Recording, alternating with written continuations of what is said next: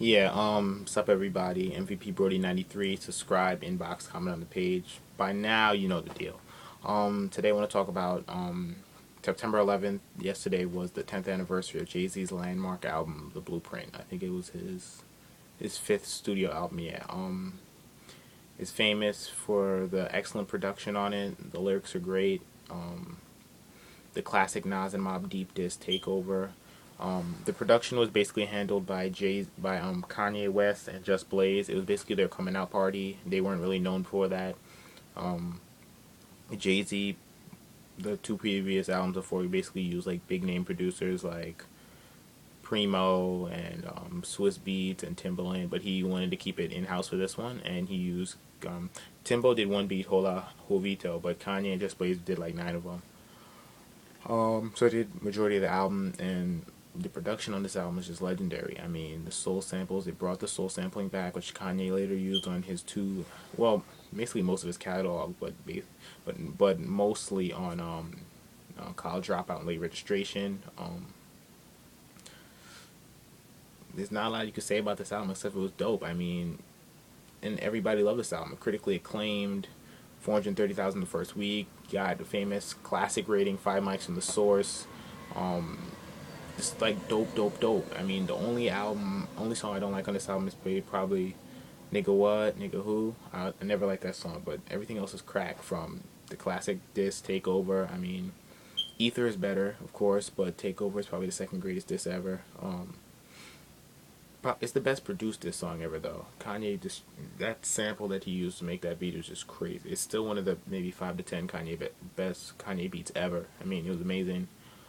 Just so quotable. I mean, that's probably the song I quote the most in life, to be honest with you.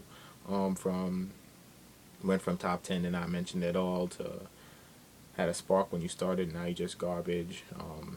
We don't believe you. You need more people. I mean, that line, it had so many quotable lines on that. I love that track. Ain't No Love, Heart of the City, Never Change, Song Cry, Renegade is the only guest appearance on the album, and Eminem slaughters it. Classic this. I mean, he got over Jay Z on that one, I'll admit.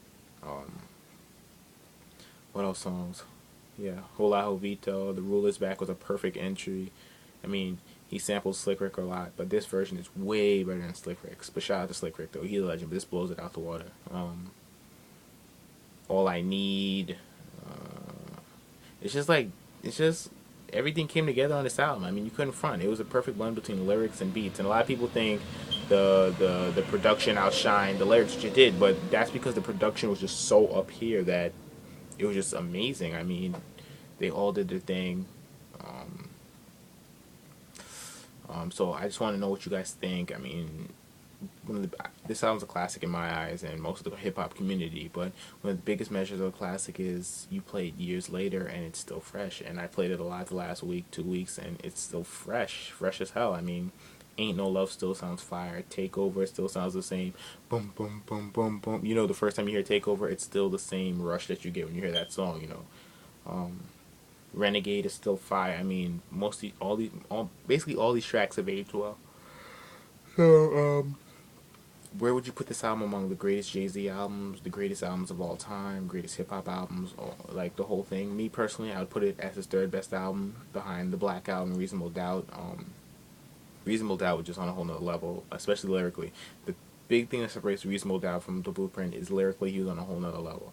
Production might be a little bit better on the Blueprint, but it's you just feel it in that album. He was in a zone. Like not a lot of rappers can mess with 1996 in his prime Jay Z. Dude was like a wizard on the mic, and Blueprint he was still dope, but not the same.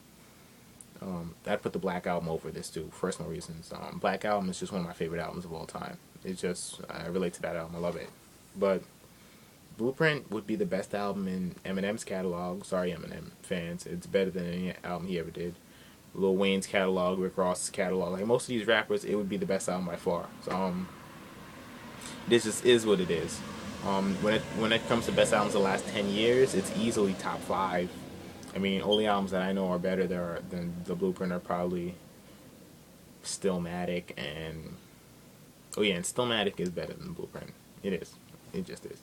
And maybe College Dropout. Those are the only locks. And then the other ones you can argue are like the documentary, The Lost Tapes, Food and Liquor, Late Registration. That's basically it. Get Rich or Die Trying, maybe. I'm just talking about the last 10 years. Maybe Kanye's new album, Dark Fantasy. It's on par with The Blueprint. It's probably better. That's a whole nother debate. So it's one of the best albums. In closing, it's one of the best albums of all time. It's just one of those albums that everything came together, beats, lyrics. I mean, Jay was in his prime. He was on top of the world. I mean, Blueprint, that's why it got so much love. It got love from every quarter of the hip hop community, from the pop fans to the underground guys. I mean, everybody loved his album because you just couldn't front on it. And music is music at the end of the day. So tell me what you think about the Blueprint. What do you think of it now? How well has it aged?